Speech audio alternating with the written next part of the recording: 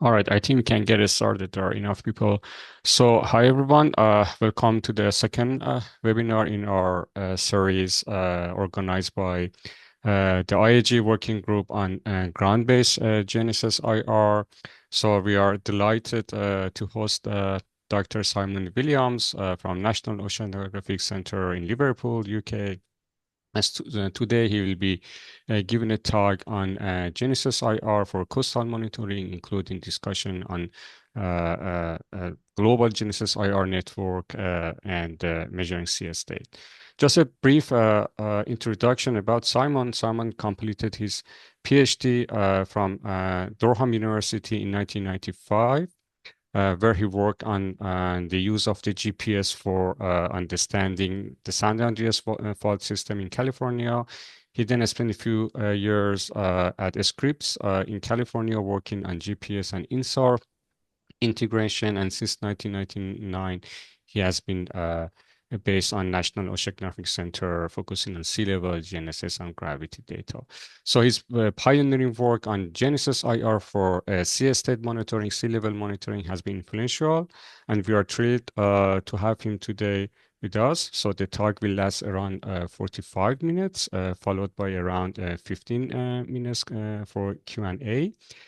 So please feel free to post your questions in the chat box during the talk. So if you would like your name to be mentioned, include it with your question, and Dongja and I will relay them to the speaker. And finally, if you like to stay updated with news and other information, please subscribe to Working Group mailing list.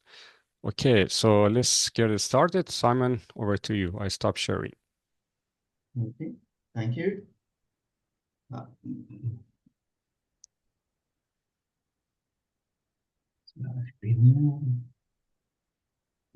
you see that? Yes, yep, perfect. Okay. Okay, right. Good morning, everyone, or whatever the time is for you. So yes, for today's seminar, I'm going to talk about two different GNSS-IR topics. So first, I'm going to give a little tour of what I call the global GNSS-IR tie gauge network. And after that, I will discuss the ability of GNSS-IR to measure significant wave height and then show some examples of that. First, though, since I'm not sure how many actually in the audience know how GNSS-IR works, I will give a very short introduction. If you already know, then apologies, but it shouldn't take too long.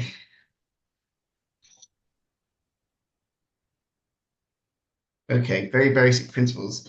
So you can easily imagine that from a satellite, any signal from a satellite, as well as coming directly from the satellite itself to your receiver, can easily reflect off or any objects near to that receiver and then interfere with the signal with the direct signal. This is known as multipath and has been a problem for positioning from day one.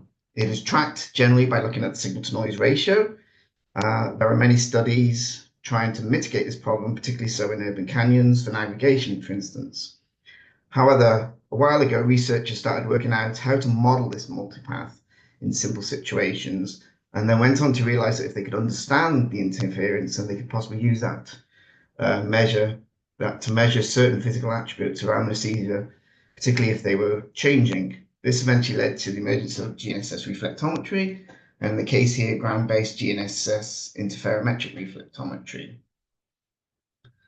So when two signals combine, they produce an interference pattern related to when they are in and out of phase with each other. So you'll get a periodic signal. We know for a very flat surface, geometrically, the reflected signal has to travel an extra distance that is related to basically the elevation angle of the satellite, the height of the antenna above the reflecting surface, and the wavelength of the signal. This interference pattern produces a sinusoid-like pattern, the frequency of which we can estimate from a Lomsdale periodogram, like we see on the right here, and that peak is used to give us the height above the reflected surface, therefore the water level. Okay, so for every satellite that passes, when the signal reflects off the water surface, we can estimate a reflector height, and we typically get a time series like this one here, Friday Harbor in Washington, USA. Now, for this talk, I did a quick literature search to see what GNS sites have been used for various studies so far. It's very rough, but what we find is that we have around 66 continuous GPS sites that have been used in the research papers.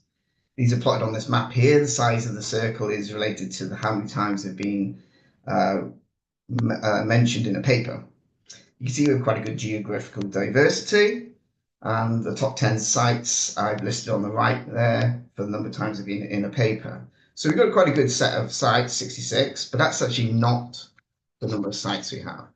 In fact, there are around 348 sites around the world, and apologies for anyone whose favorite site is not on this plot. So we have 340 sites that have been catalogued, and as part of what was called the Euroseed project, we collated these and processed many of them to produce a global GNSS-IR tie gauge network. If you want to find out about that, we have a web page on the PSL, the Permanent Service for Mean Sea Level website, that documents all these sites and gives the data for the time series and daily measurements. So as I say, there's over 300 GNSS sites recorded. Some of these sites are now reaching a length of 10 or even 20 years in record length. And less than a handful of these have been installed for GNSS-IR purposes. They were installed for other reasons. So what I'm going to do now is give you a flavor of some of the sites, some of the interesting sites that we've got around the world from that we've been measuring water levels. So the first site, this is Florida and Cedar Key in Florida, sorry. It's on this pier, you can see, and it's next to the NOAA tie gauge. Now, Florida Key was unfortunate to have been subject to 3 hurricanes in the last year and a half. It has been hit particularly hard each time. First, in August 2023, it got hit by Hurricane Idalia. Then this year, it's been hit by both Hurricane Debbie and Hurricane Helene. You can see plots on the bottom are pictures from Cedar Key of the destruction and the flooding that occurred there. So here we have the GNSS-IR results for that time period, and you can see clearly that we've picked up the big surge events for those hurricanes. So Hurricane Idalia gave us something like a 2.5 meter surge back in August 2023. Then we got Hurricane Debbie, where we can see there's around 2 meter surge. And then more recently, Hurricane Helene gave us a 3 meter surge. After that, there was Hurricane Milton, but that luckily didn't hit Cedar Key. What we do find is that we have a quite large negative surge there from the measurements. So we can easily pick up these sort of events in the GNSS-IR reflectometry results. So the next site I'll go to is a tie gauge in Germany. This is in the Baltic, called Mary. It's a little platform just off the coast there, as you can see. And like a Hurricane Milton at Florida Key, this site also had a very large negative storm surge back in November last year of around 2.5 meters. We can see this in the hourly average water levels we get from that site. It's a very big, massive negative storm surge signal. So now we're going to move to Alaska. This is a place, AC-59, a place called Ursus Head, which is just on the start of the Alaskan peninsula. You can see it here. This is an amazing site. And what's very unique about the site, apart from it being very remote, is that it is 290 meters above sea level. And we get a pretty good signal there. So you can see that the reflector height is 295. We can also see that it has a pretty big tidal signature. So it's not only tall, it's also got a quite big tidal signature, and we're perfectly capable of measuring it at this site. However, one of the things we need to do when we're doing reflectometry is to take into account the bending and the delay of the signal due to the troposphere. Now, for sites that are quite close to the reflector, to the sea, it's not a big deal, but somewhere where it's 290 meters above sea level, it is a big deal. So what we can see is this is what we get from that site. This is just blow in from that. If we didn't account for the troposphere, what we would see is this. So the yellow dots on there are doing the same reflectometry, but not taking into account the troposphere. And what we get is basically nonsense. So what we do have to do is make sure we take care of the troposphere delay. Okay, so we're going to move now down to the Antarctic. This is a site at the French research place de Monteville. This was a GNSS site that has recently just been installed, and it has been installed for reflectometry sea level purposes. You can imagine that somewhere like this, tide gauges can be quite hard to install. So the group there decided to include the GNSS-IR. And again, what we see is a very nice reflecting signal. This is the signal we've had from this year so far. If we remove those tides, we can see the residual tides and a very good result from that site already. So we can also move now, instead of Antarctica, we can move into the Arctic Circle. This is a site called Tuktoyaktuk in Northwest Territories in Canada. What I'm not going to show here is the actual time series. What I'm going to show is some sort of differences in time series. So the top left figure shows the difference between the GNSS-IR L1 signal, the daily signal from that, compared to the tide gauge daily signal. And we can see there's quite a difference. And that occurs over the winter period. And that difference is because the GNSS-IR is actually picking up the ice, the freeboard of the ice in the area, whereas the tide gauge is just simply measuring the water level. What we can also see is, if we go the plot just below that, if we actually take the L1 signal, daily signals, and difference it to the L2, we actually see that there is a difference in the actual reflector height measurements. When it's icy, there is no real difference. But when it's water, we can see about 15 centimeter difference between the two signals, which is to do with the antenna itself. Phase bias. We could also look at the amplitude of the spectral peak that we're getting, and we see in the top right here that the L1 is the blue and L2 is the orange, and that when we get ice, we get a much stronger signal from the surface. So we can use the GNSS-IR not only to measure the sea level, we can also measure ice when the ice comes in and comes out, which is a very good climatic indicator. Of course, we don't always have to do this in the sea. We can also measure in lakes. This is Lake Superior, which is really not much different to measuring in the sea. This is Ross in Lake Superior, right in the north part of the lake. Again, this site also, if you look at the picture on the right, gets ice as well. So if we look at just the two daily measurements of the GNSS-IR top and the tide gauge right, superficially they're the same, but you can see again that there are differences. And if we take those differences, like in Canada, in Tukt, we also see that every year we get the ice measurements. And as for Tukt, the signal amplitude increases when you're actually measuring the ice.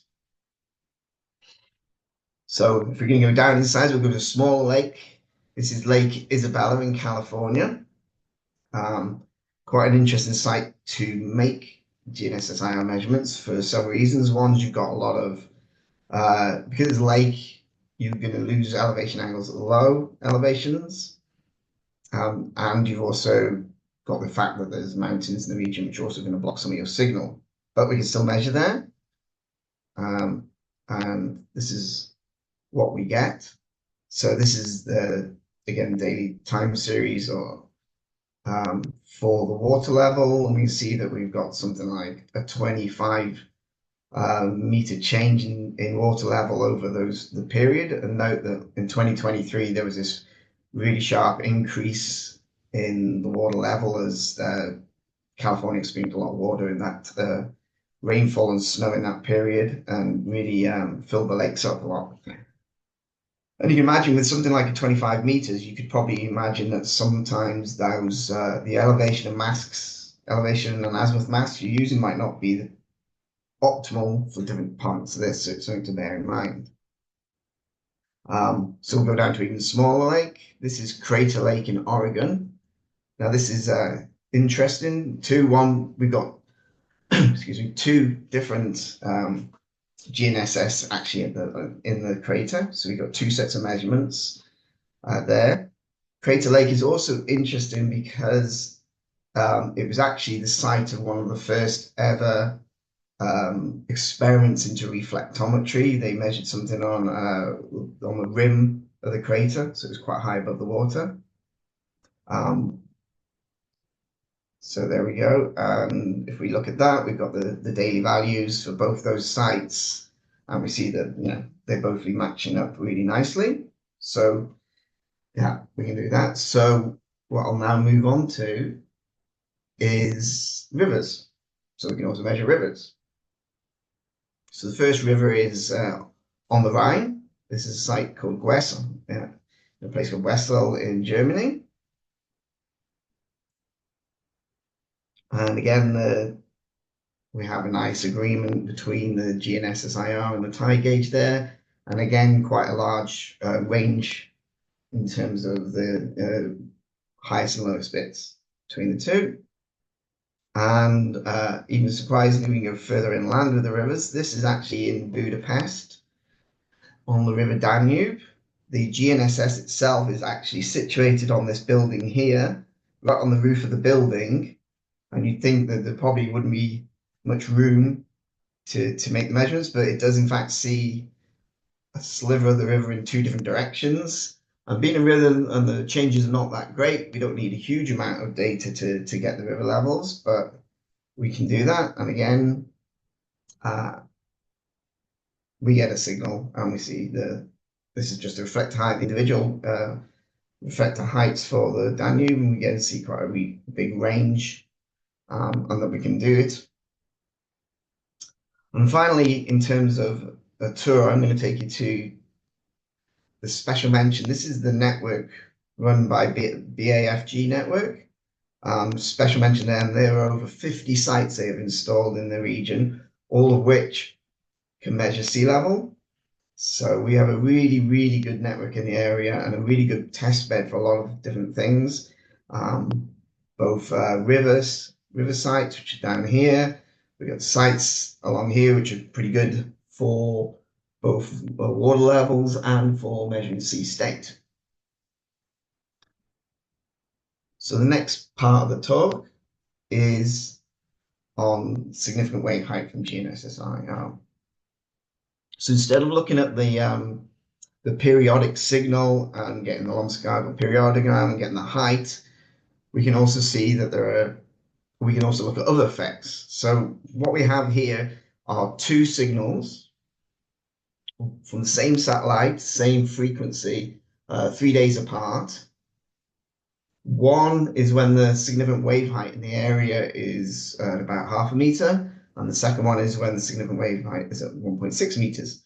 And what you can see is that the signal at the top is much bigger, and it extends over the whole elevation range, so beyond 10 degrees. And the lower one, when the wave height is higher, that signal degrades quicker. So we only really see a signal up to 5 or 6 degrees. And you can also see that it decays quicker. So we could use this to estimate sea state. If we look at the same plots, but we do wavelets of them, show, again, we can see that in that the white lines are the region where we expect to see the signal. You can see that we can see a really strong signal up to around 15 degrees, and for the one where the wave height was much higher, 1.6 meters, we only get a signal up to about 6 degrees in elevation. So what we can do is measure this cutoff angle, the angle to where it becomes no bigger than the background noise. And we can use that. So here are some plots for 6 sites where we have that. We've measured that elevation cutoff angle, and we've taken all the ones on all satellites and put them into 3-hour observations and then measured that against the significant wave height. And we can see this very obvious sort of exponential type of decay curve where as a significant wave height increases, the elevation cutoff angle decreases. So we can convert our cutoff angle into significant wave height. Now, this comes from, we can see that this comes from two models that have for reflections of electromagnetic waves from smooth and rough surfaces. So the two models, the Rayleigh criteria and the Beckman's-Ticino model, both predict that we see this sort of exponentially decaying curve. What it shows here that regions below the curve are where we would see a coherent signal, and regions above the curve are where we see an incoherent signal. Now, in terms of the Beckman-Ticino model, they also have the fact that shows that it's related to the height of the reflector, the period or wavelength of the water signal, and the wavelength of the GNSS signal.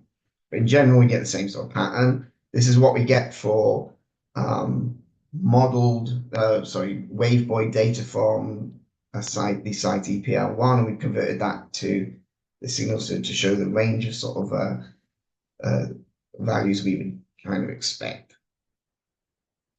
So anyway, the first site we'll look at is the one I was just talking about, EPL1. It's on a platform in the North Sea, just off the Dutch coast. And the plot on the top here is a significant wave height calculated by the GNSS in blue, and then the wave measurements at the platform. And we can see a really, really good correlation between the two. The plot on the bottom here is zoom in of that region, so just so we can see it a bit more clearly. And then on the right here, we got a plot of the GNSS-IR derived significant wave height compared to the Euro platform significant wave height measurements. And we see a really good correlation up to pretty much around 4 meters in height. Some of the previous papers that worked on this, they did it, but they only really got to about 2 meters before they could say they couldn't get a signal above that. But this one is a really good site, and we can see pretty much a good signal up to about 4 meters. So we'll go back to the site in the Baltic, Mari tide gauge, which is this platform again, as I say. It also shows a good signal. So at this tide gauge is quite interesting. The modeled wave heights come from 2 different directions, as you can see on this plot on the top left here. So they come either from the east, just east, or to the northwest. And if we plot that same plot of cutoff angle against significant wave height, and the colors here represent the wave direction from the model, we can see 2 different distinct patterns. So the ones in red are the ones from the northwest, and the blue are those from the east. And the reason for this is, as you can see, that this is actually the sort of northwest direction. This point is actually sheltered from stuff from the northwest a little bit, and therefore the waves in that if they're coming from that direction, are probably subdued compared to the model, which has a point that's probably not close to here. It's probably further out to sea in the sea. So we have 2 different patterns. So if we compensate for that, we can get, again, a scatter plot of the significant wave height against the model, and we get a good fit. And then the bottom here is the time series of both the model and the GNSS-IR data. So next, we'll have a look at the site in the Severn Estuary. This is a point called Nels Point. This one was actually set up, it's a low-cost system, so one of the cheap low-cost systems, similar to the setup that Philippe talked about in the last seminar. It was installed to be part of the calibration CalVal for the SWAT altimetry. It was 3 GNSS sites were installed in the Severn Estuary to compensate to increase the number of tide gauges in the area. And again, these are the results for that. The GNSS-IR is in blue at the top, and the model is in orange. Now, the interesting thing about this is when I first processed this site, the I didn't think the fit was that good, and I wondered why that was. Um, so if we look here, one of the reasons it doesn't look that good is in the bottom left here. You can see the blue again is GNSS-IR. We get this tidal modulation of the signal that the model, which is nearby, does not show. Neither does some of the wavebuoys nearby. If we go to another wavebuoy, now this is on the other side of the Severn Estuary, so it wouldn't necessarily match the significant wave height seen at Nell's Point.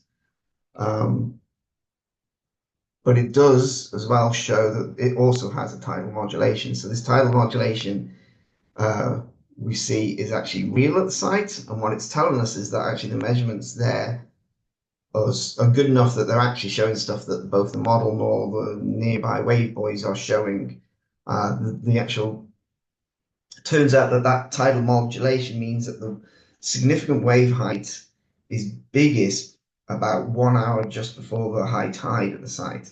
And this is actually confirmed in some papers that did some modeling in that area, some more high resolution modeling. So we're getting a really good result from the GNSS-IR here, and that will be, it's very, very useful that we can do these sort of things with it. Now, generally, you wouldn't expect it to be there to be waves in lakes, but we can actually get that sometimes. So this is Lake Taupo in New Zealand. We have a platform here with the site TGHM on it. We don't have any wave measurements there, but we do have some wind data from a nearby site somewhere over here, I think it is. So we can use waves. We can calculate waves from nearby wind speed and direction data using the shallow water equation of Young and Verhagen in 1996. So the top plot here is the significant wave height created from the wind speed and direction data. It's probably okay, but it's not brilliant to calculate, but it works. And then the bottom four are several different parameters. I haven't really talked about these, but we can get, so the one here is the cutoff angle. So converting using cutoff angle. And the one up here is that measurement of the decay rate, how quickly the signal decays over time to that signal. But we can also do other things at these sites. So this plot here is actually the uncertainty of the water levels. So we also, because when we calculate the reflector height, we also calculate uncertainty, and that also reflects the status of the background signal in the data. And then finally, the one at the bottom here is the RMSE of the actual water level measurements. So as the significant wave height increases, those water level measurements get noisier. We can take that and also calculate the RMSE. So you can see all four of these parameters give a very good close correlation to the derived significant wave height data from the wind speed and direction data. So yeah, we can also do this in certain lakes. And the final place we're going to visit is Sugar Islands in Alaska. This is AC12.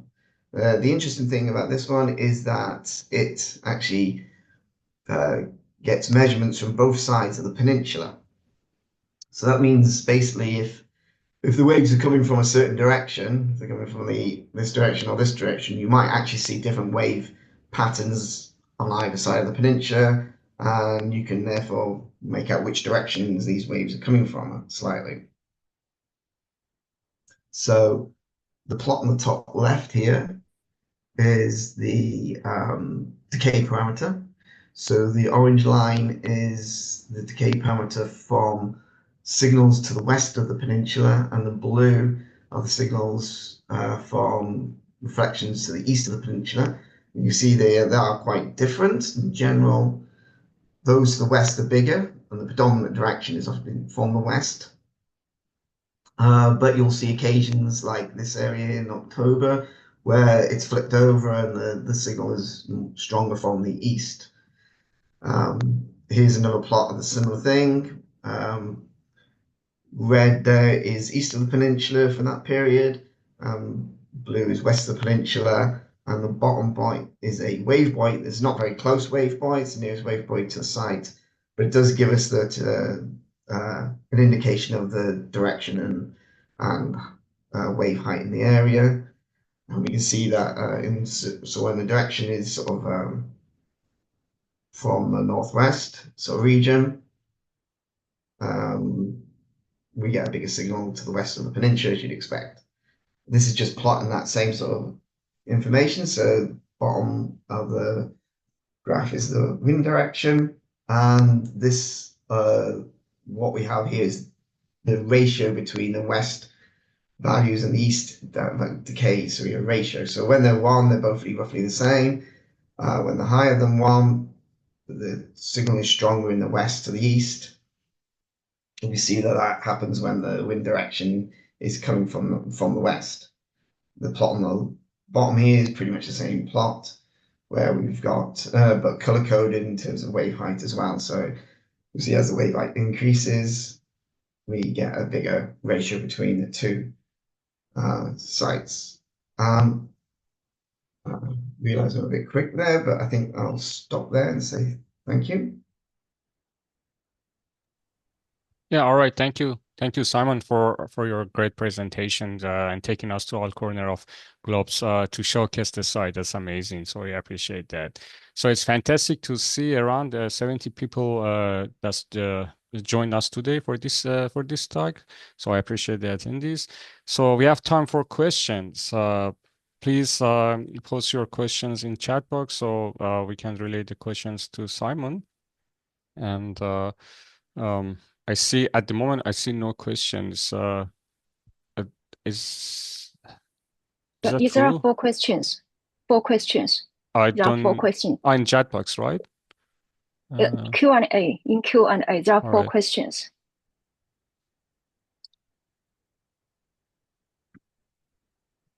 Okay. Yeah. So the first questions that from Amir Abel Qasim, is that important? What type of antenna is installed? Is trackering also doing the job? Say that again.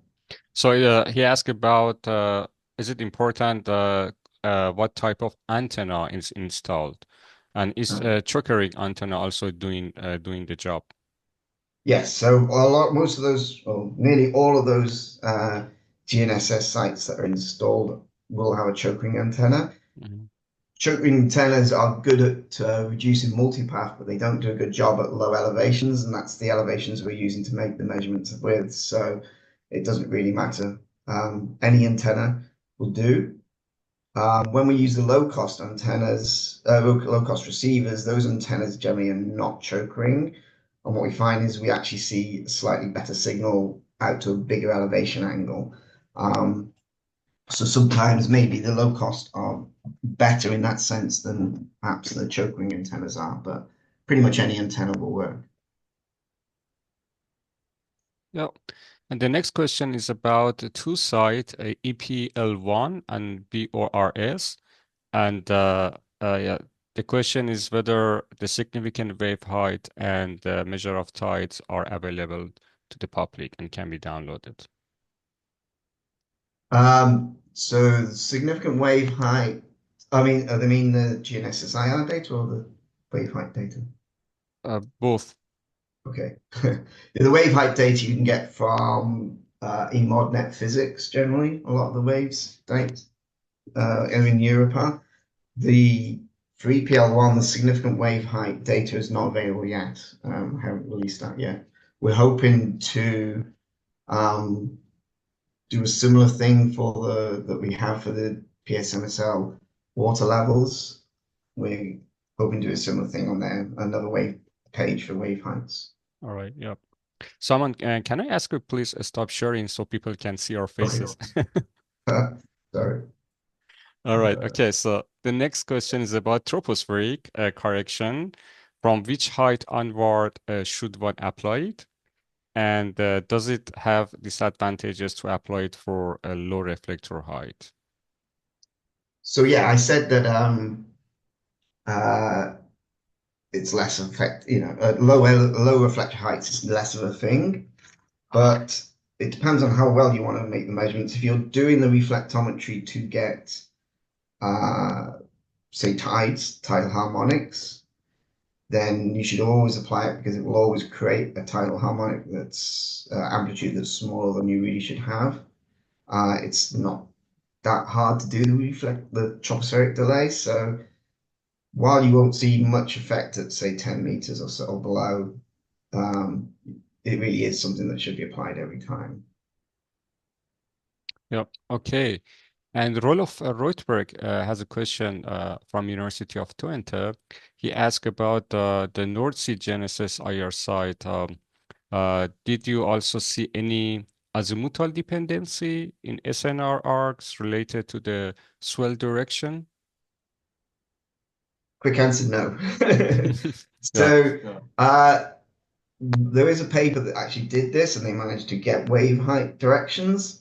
I've tried and not really managed to reproduce that yet. I think it is slightly possible. I think you just got to be probably very, very careful. But so far, I haven't seen it. Yeah, there are more questions. I'm going to pick up those are more important and tricky. There's another question by Hengli Wang. Is GNSS-IR method for effective wave height inversion also applicable to wind velocity inversion? No, I mean, basically, you are just measuring wave height. So to get wind, you just have to have those relationships for the equations to go from wave height to wind speed, but you're not physically measuring wind speed, you're just doing a conversion from one to the other. Yeah, and the questions from Kemali Altuntas asking about a special access permission for data. I assume he means PSMSL data. Are they open to all user? I guess yes. Yeah, yeah. Mhm. And most of the sites that we process that's on the PSMSL database are publicly available from one of the archives, such as UNAVCO, SUNEL, scripts, CDDIS, that sort of thing. So the general archives. There are probably a few on there that are still available, but you have to sign up to register for the network. And there is another interesting question by Christian Salgard from DTU Space in Denmark regarding the TAL site in Alaska, AC59, and he says it's around 290 meters above WGS 84, and he asking about the sampling rate. What is the sampling rate you're working with? And he says that we have a TAL station in Greenland where we are trying to get a good signal there. So yeah, I didn't talk about Nyquist frequencies. So you do have to have sufficiently high resolution. The higher you go, the higher resolution sampling rate you have to have. So AC59 at 290 meters, we use 1 hertz data. 1 hertz data generally means you can measure, or should theoretically be able to measure up to around 400 meters, I think. So, but I think 290 meters, 300 meters is probably the furthest you can really push that. Something like if you've got 30-second data, you can measure up to around 20 meters, I think it is. So yeah, you do have to worry. You do have to know your height and know what sampling rate you can use. Christine Larson on her GNSS-IR reflections webpage has a lovely little app where you can um, get all the reflection zones, but also it can tell you what the Nyquist frequency is for the height above the sea level you are. So you can get an idea of what sampling rate you need for each site. All right, thanks. There is a question by Lucian I'm trying to understand, asking about Seven Estuary and Marian Lute result, significant wave height result. And she says that maximum of significant wave height was not reproduced by GNSS-IR apparently. Is this something you also observe? And this site is under Swat-Calval phase. And have you compared significant wave height from this site with SWAT? No, not yet. Yeah, the SWAT project was to do the water level. They haven't looked at significant wave heights in that Calval for there. Sometimes, yeah, you might notice sometimes you don't get the really high events. Mainly if it gets really, really rough. I said EPL1, you can get up to about 4 meters. Higher than that, the signal just becomes so incoherent. You're just not getting anything that can tell you, and you get some odd effects like the cutoff angle. Imagine as the wave height goes higher, the cutoff angle goes lower, so you have basically less and less data to actually calculate the cutoff angle for. And if you do the decay, it's the same. The decay is so just quick, you just don't get really any results. So you get a much more scattered set of values for each 3 hour period, and it sort of flattens out a little bit. So I think one of the things to do in the future for significant wave height is to take a lot of those parameters together and use some sort of machine learning system that can actually look at that a little bit better and combine them all together. But we haven't done that yet. Yeah. Yeah, cool. And two more questions, I guess, to go. Ole Anderson asking about tidal correction.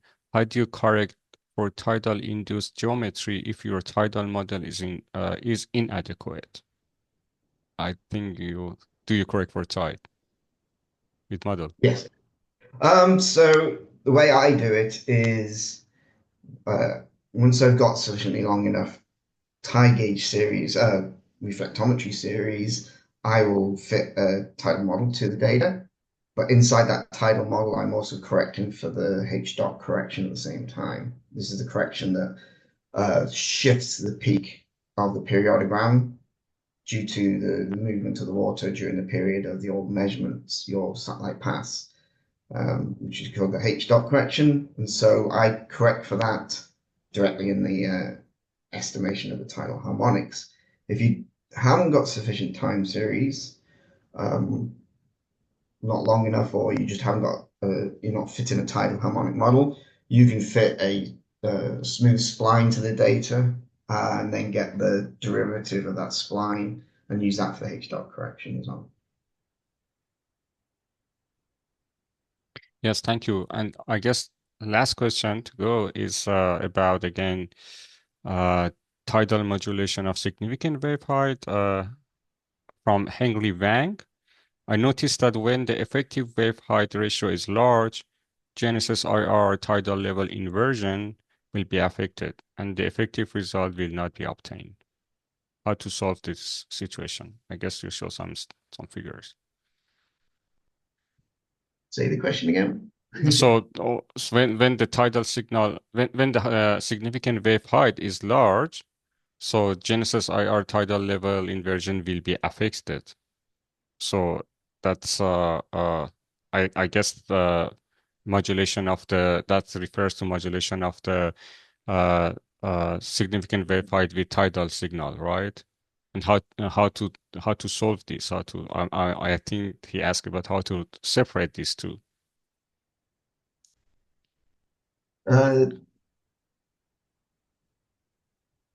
It doesn't really matter.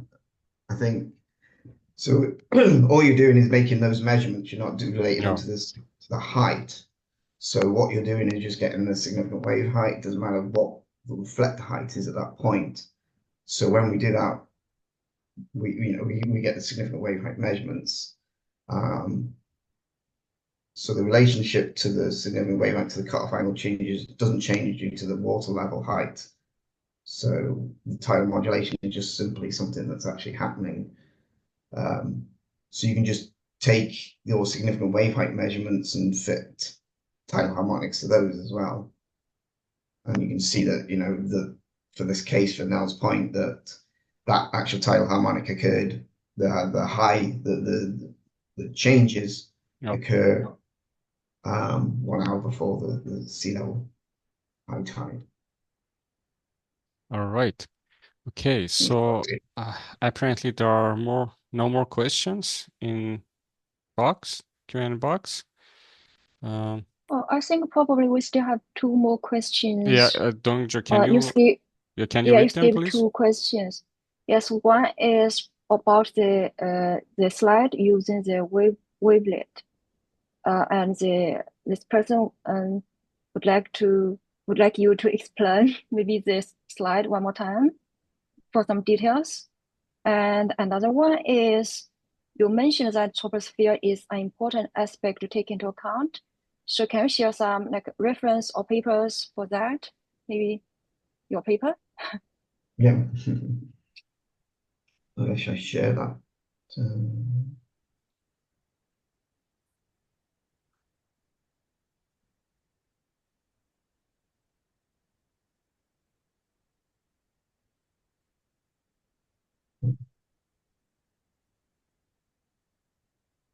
What was it slide again? I think the wavelet. Yeah, the significant wave, one of the earliest slides. Yeah, I think it's this one, 36. Yeah. Yeah. Yeah, this probably this one. Yeah. I might explain wavelets or what it means. Yeah, the question is not clear and it's very general questions. That's why I skip it. So basically, I mean, you'll get your time series like this. We have to do a little bit of a fudge because these are not evenly spaced, and wavelets require even spacing of the time series or the series. So what I generally do is I interpolate those results onto a slightly higher grid, but an even grid in those elevation ranges. So you get the new SNR signal, and then use one of the wavelet. I use the wavelet code inside MATLAB. And then instead of a periodogram, a wavelets actually show you the changes in frequency over time. So the y-axis in this is the reflector height, effectively. So it would be, imagine a periodogram would be one slice of this line over the whole. So it'd be like an average of all these over the time. The wavelets allow you to split that up over the whole time series. So you get effectively lots of periodograms. So as I said, the white line shows the region you expect to see the reflector height. Quite a wide region. The wavelets aren't very good at being very precise in terms of the frequency. So you're gaining sort of sampling in the one direction to losing it in the actual frequency domain. But this shows that there's a dominant signal at about the same height, the height of the reflector. And that dominant signal, in this case, where the signal gets down to the blue, which means it's no different to the background noise here, that's where we get the cutoff angle. And as said, for the second one, where the wave height's higher, we get a much smaller signal. It only goes down to a few degrees. So I hope I explained that. all right, yep. Wow, Thanks. thank you. I think yeah. So do you have any recommendation for papers and journal? I think you have one paper and Felipe has one paper on troposphere. More references here. So I have a paper in JGR from a few years back with Philippe, where we looked at the tropospheric delay at a whole bunch of sites, and we used some of the tropospheric models that are used for positioning to actually get the tropospheric delay calculation. There are several other papers. Alvaro, Santa Maria Gomez, and Watson did one where they used an equation, the Bennett equation, which is for bending of the signal.